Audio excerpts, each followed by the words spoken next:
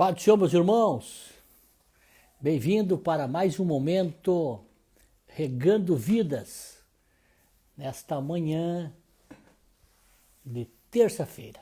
Saudar a todos, que Deus te abençoe. Estamos falando sobre a princesa das parábolas, que é considerado o evangelho dentro do evangelho, que é Lucas 15. Ela é uma parábola que conta 3 histórias. E o versículo 11 do capítulo 15 diz o seguinte: E disse, um certo homem tinha 2 filhos. Observe, meus amados irmãos, que aqui nós aprendemos que ele não inicia uma parábola exclusiva. Ele usa a expressão e disse.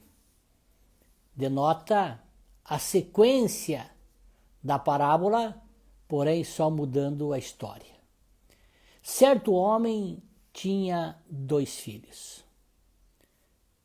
Nós entendemos aqui que essa parábola mostra a humildade de Deus.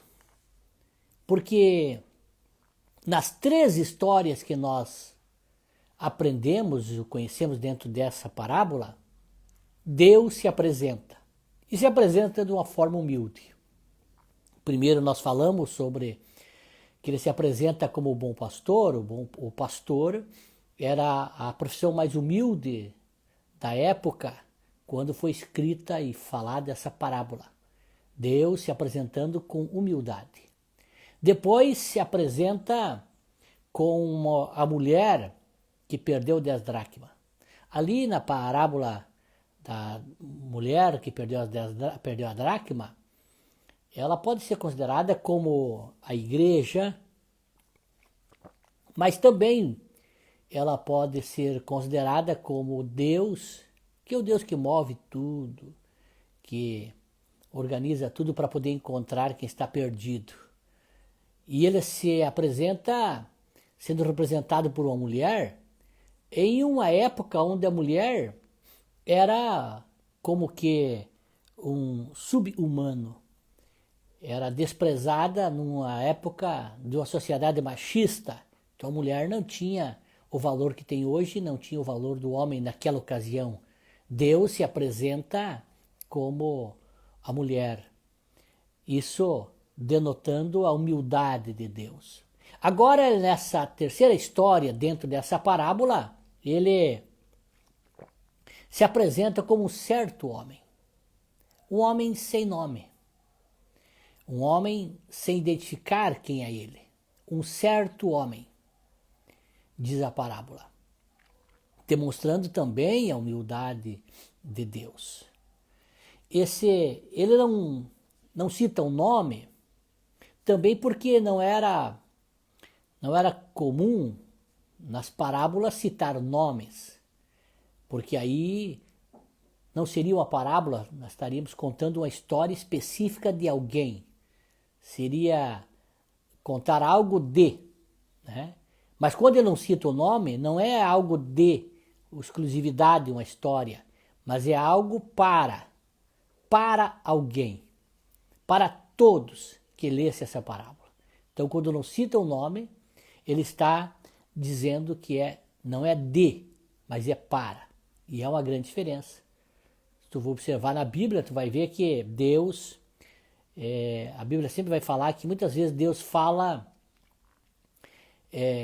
para a igreja e Deus fala de ou da igreja.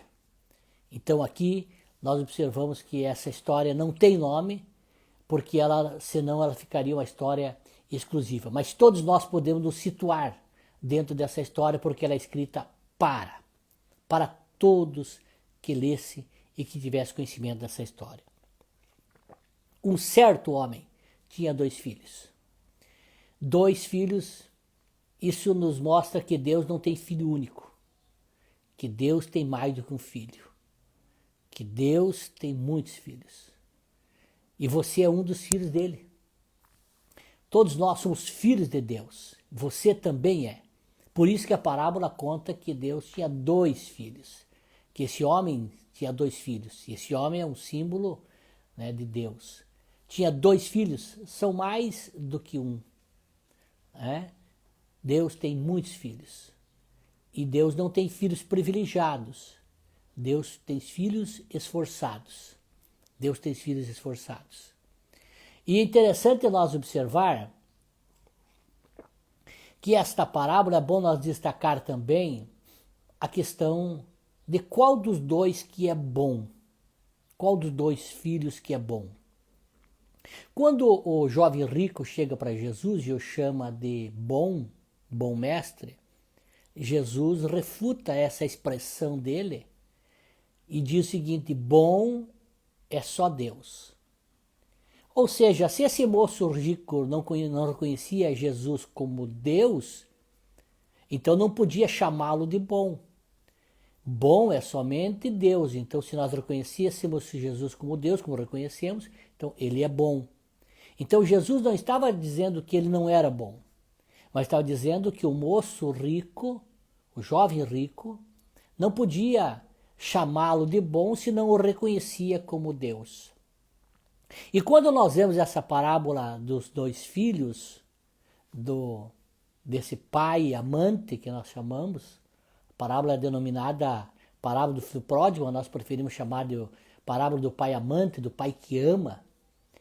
Nós não podemos atribuir a nenhum dos 2 filhos a palavra ser bom.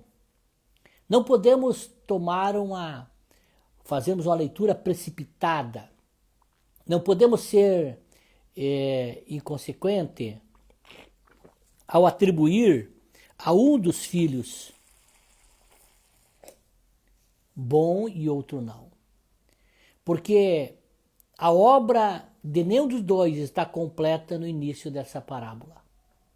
A obra de cada um estará completa no final. Então, por isso que nós não podemos nos precipitar de fazer preconceito de pessoas ao chamá-la de bom ou chamá-la de ruim. Porque a obra dessa pessoa ainda não está completa. Ela está em andamento, a obra. E é só no final da obra desta pessoa que nós podemos definir se a mesma agiu com bondade ou com maldade. Porque nessa parábola você vai ver que no início nós poderíamos, se fôssemos imaturos e precipitados na nossa opinião, nós diríamos que o filho mais novo é o ruim e o filho mais velho é o bom. Porque o filho mais novo vai embora, leva todas as coisas que lhe pertencem, vai embora e gasta dissolutamente. Logo, nós definiríamos o filho mais novo, no início da sua história, como o ruim da história.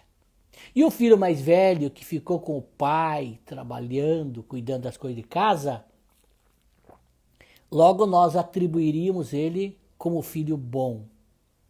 Mas se nós continuar falando sobre isso, até o versículo 25, nós vamos ver que o filho mais velho é o bom e o filho mais novo é o ruim.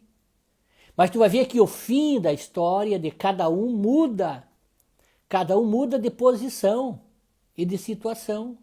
Por isso que eu e você não podemos julgar e precipitadamente condenar ou emitir um parecer sobre pessoas sem mesmo conhecer a sua história e também sem ver a completude ou o término da sua obra. O filho mais moço, até uma altura da parábola, era chamado de o filho ruim. E o filho mais velho, o filho bom, o bom moço. Mas a Bíblia vai dizer que melhor é o fim de todas as coisas do que o início.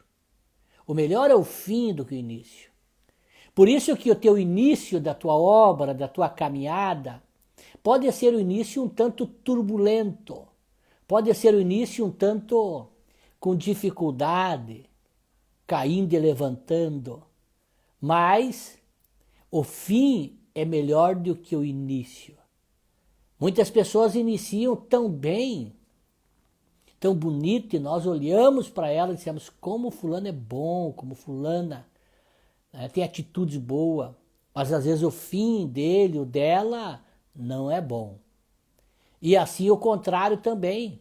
Agora é interessante nós pensar que no final da parábola nós vamos ver que aquele filho que no início estava fora, entrou.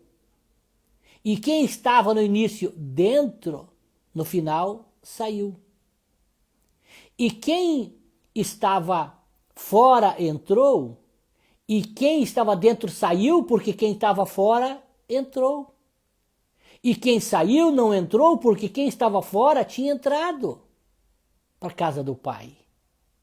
Será que é certo você não ir em algum lugar porque tem alguém lá? Será que nós nos sentimos tão perfeito que podemos nos negar de participar de certos lugares, certas reuniões, por causa de A ou por causa de B? O filho mais moço, que no início da parábola as suas atitudes eram os más, mas o fim é melhor do que o início, diz a Bíblia. No fim dele, reconheceu a sua fragilidade, o seu pecado, reconheceu que ele precisava consertar e ele voltou.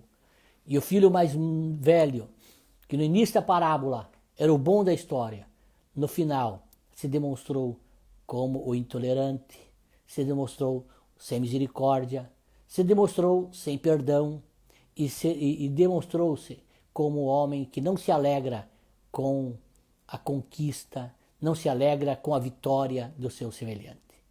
Pense nisso. A tua história pode até não iniciar tão boa, mas ela tem que terminar bem. E se ela iniciou boa, cuide para que no meio esteja boa e para que o final seja melhor.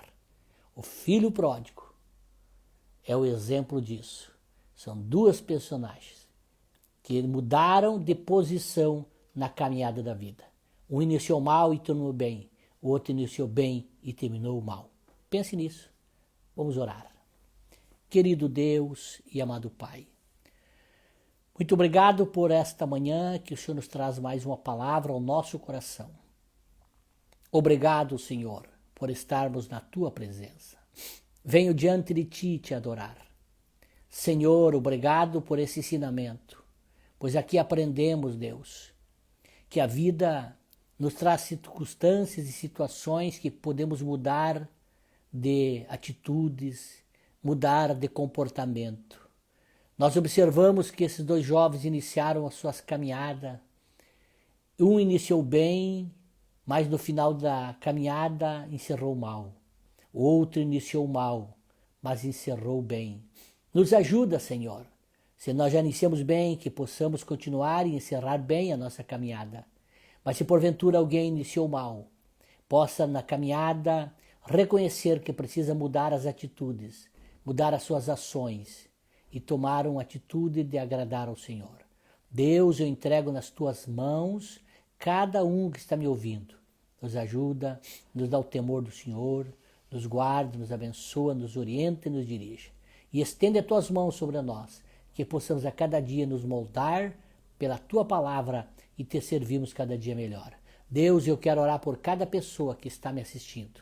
Que a bênção do Senhor esteja sobre esse filho e sobre essa filha. Em nome do Senhor. Amém. Muito bem. Olha aí, muitas pessoas nos assistindo. Antônio Ramos, bom dia. Na paz do Senhor Jesus Cristo, pastor. Selmo Simão, que alegria, meu companheiro. Viu?